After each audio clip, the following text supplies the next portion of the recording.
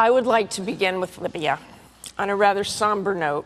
1 month ago tonight, on the anniversary of 9/11, Ambassador Chris Stevens and 3 other brave Americans were killed in a terrorist attack in Benghazi. The State Department has now made clear there were no protesters there. It was a pre-planned assault by heavily armed men. Wasn't this a massive intelligence failure, Vice President Biden? What it was a tragedy, Martha. Chris Stevens was one of our best. We lost 3 other brave Americans. And I can make absolutely 2 commitments to you and all the American people tonight. One, we will find and bring to justice the men who did this. And secondly, we will get to the bottom of it, and wherever the facts lead us, wherever they lead us, we will make clear to the American public, because whatever mistakes are made will not be made again. When you're looking at a president, Martha, it seems to me that you should take a look at his most important responsibility. That's caring for the national security of the country. And the best way to do that is take a look at how he's handled the issues of the day.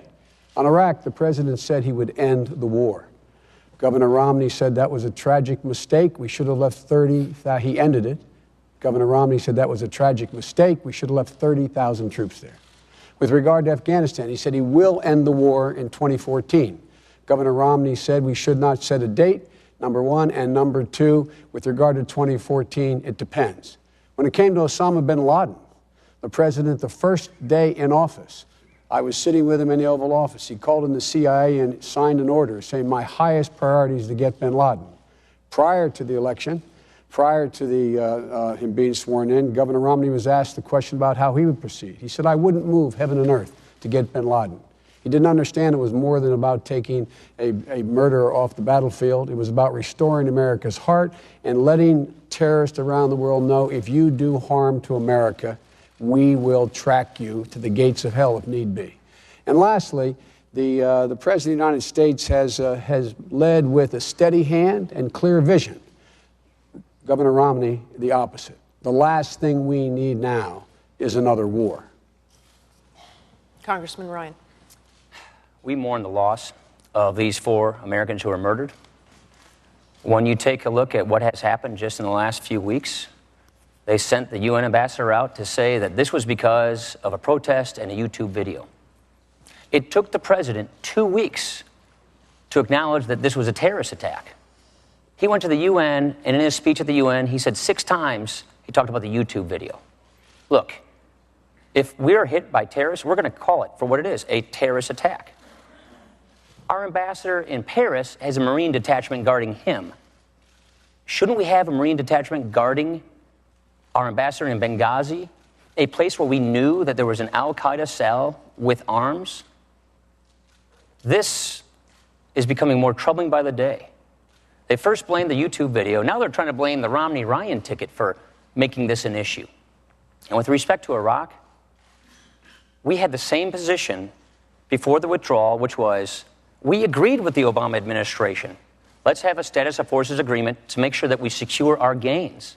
The vice president was put in charge of those negotiations by President Obama, and they failed to get the agreement. We don't have a status of forces agreement because they failed to get one. That's what we were talking about. Now, when it comes to our veterans, we owe them a great debt of gratitude for what they've done for us, including your son, Bo.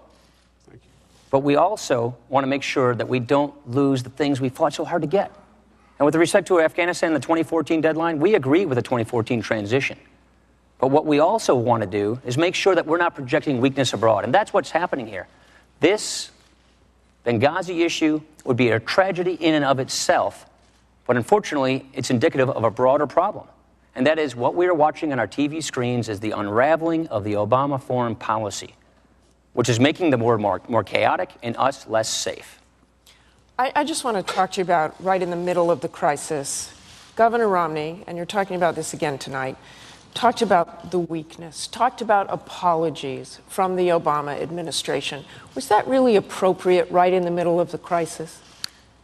On that same day, the Obama administration had the exact same position. Let's recall that they disavowed their own statement that they had put out earlier in the day in Cairo. So we had the same position, but it's never too early to speak out for our values. We should have spoken out right away when the Green Revolution was up and starting, when the mullahs in Iran were attacking their people. We should not have called Bashar Assad a reformer when he was turning his Russian-provided guns on his own people. We should always stand up for peace, for democracy, for individual rights. And we should not be imposing these devastating defense cuts, because what that does, when we equivocate on our values, when we show that we're cutting our own defense, it makes us more weak. It projects weakness, and when we look weak, our adversaries are much more willing to test us. They're more brazen in their attacks, and our allies are less willing to trust us. With all due respect, that's a bunch of malarkey. And why is that so? Because not a single thing he said is accurate. First of all, be specific. I will be very specific. Number one, this lecture on embassy security. The congressman here cut embassy security in his budget by $300 million below what we asked for. Number one.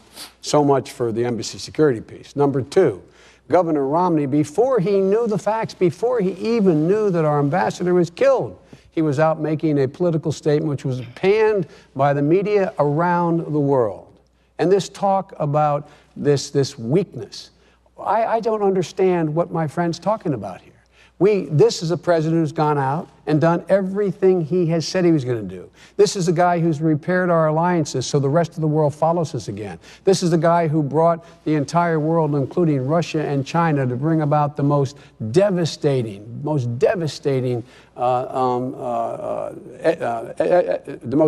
efforts on Iran to make sure that they, in fact, stop with their... Look, I mean, these guys bet against America all the time. Can we talk about... Let me go back to sure. Libya. What were you first told about the attack? Why were people talking about protests? When people in the consulate first saw armed men attacking with guns, there were no protesters. Because why did that go on for what weeks? We were told by the intelligence community. The intelligence community told us that. As they learned more facts about exactly what happened, they changed their assessment. That's why there's also an investigation headed by Tom Pickering, a leading diplomat from the Reagan years, who is doing an investigation as to whether or not there are any lapses, what the lapses were, so that they will never happen again. And they wanted more security there. Well, we weren't told they wanted more security again. We did not know they wanted more security again. And by the way, at the time, we were told exactly, we said exactly what the intelligence community told us that they knew. That was the assessment. And as the intelligence community changed their view, we made it clear they changed their view. That's why I said we will get to the bottom of this. You know, usually when there's a crisis, we pull together. We pull together as a nation. But as I said, even before we knew what happened to the ambassador, the governor was holding a press conference. That's not presidential leadership. Mr. Ryan, I want to ask you about, the Romney campaign talks a lot about no apologies. He has a book called No Apologies. Should the U.S. have apologized for Americans burning Qurans in Afghanistan? Should the U.S. apologize for U.S. Marines urinating on Taliban corpses? Oh, gosh, yes. Urinating on Taliban corpses? What we should not apologize for. Burning Qurans immediately. What we should not be apologizing for are standing up for our values. What we should not be doing is saying to the Egyptian people, while Mubarak is cracking down on them, that he's a good guy, and then the next week say he ought to go. What we should not be doing is rejecting claims for calls for more security in our barracks, in our Marine. We need Marines in Benghazi when the commander on the ground says we need more forces for security. There were requests for extra security. Those requests were not honored. Look, this was the anniversary of 9/11. It was Libya, a country we knew we had al-Qaeda cells there. As we know, al-Qaeda and its affiliates are on the rise in northern Africa. And we did not give our ambassador in Benghazi a Marine detachment. Of course there's an investigation so we can make sure that this never happens again. But when it comes to speaking up for our values, we should not apologize for those. Here's the problem. Look at all the various issues out there, and it's unraveling before our eyes. The vice president talks about sanctions on Iran. Let's move to Iran. I'd actually like to move to Iran.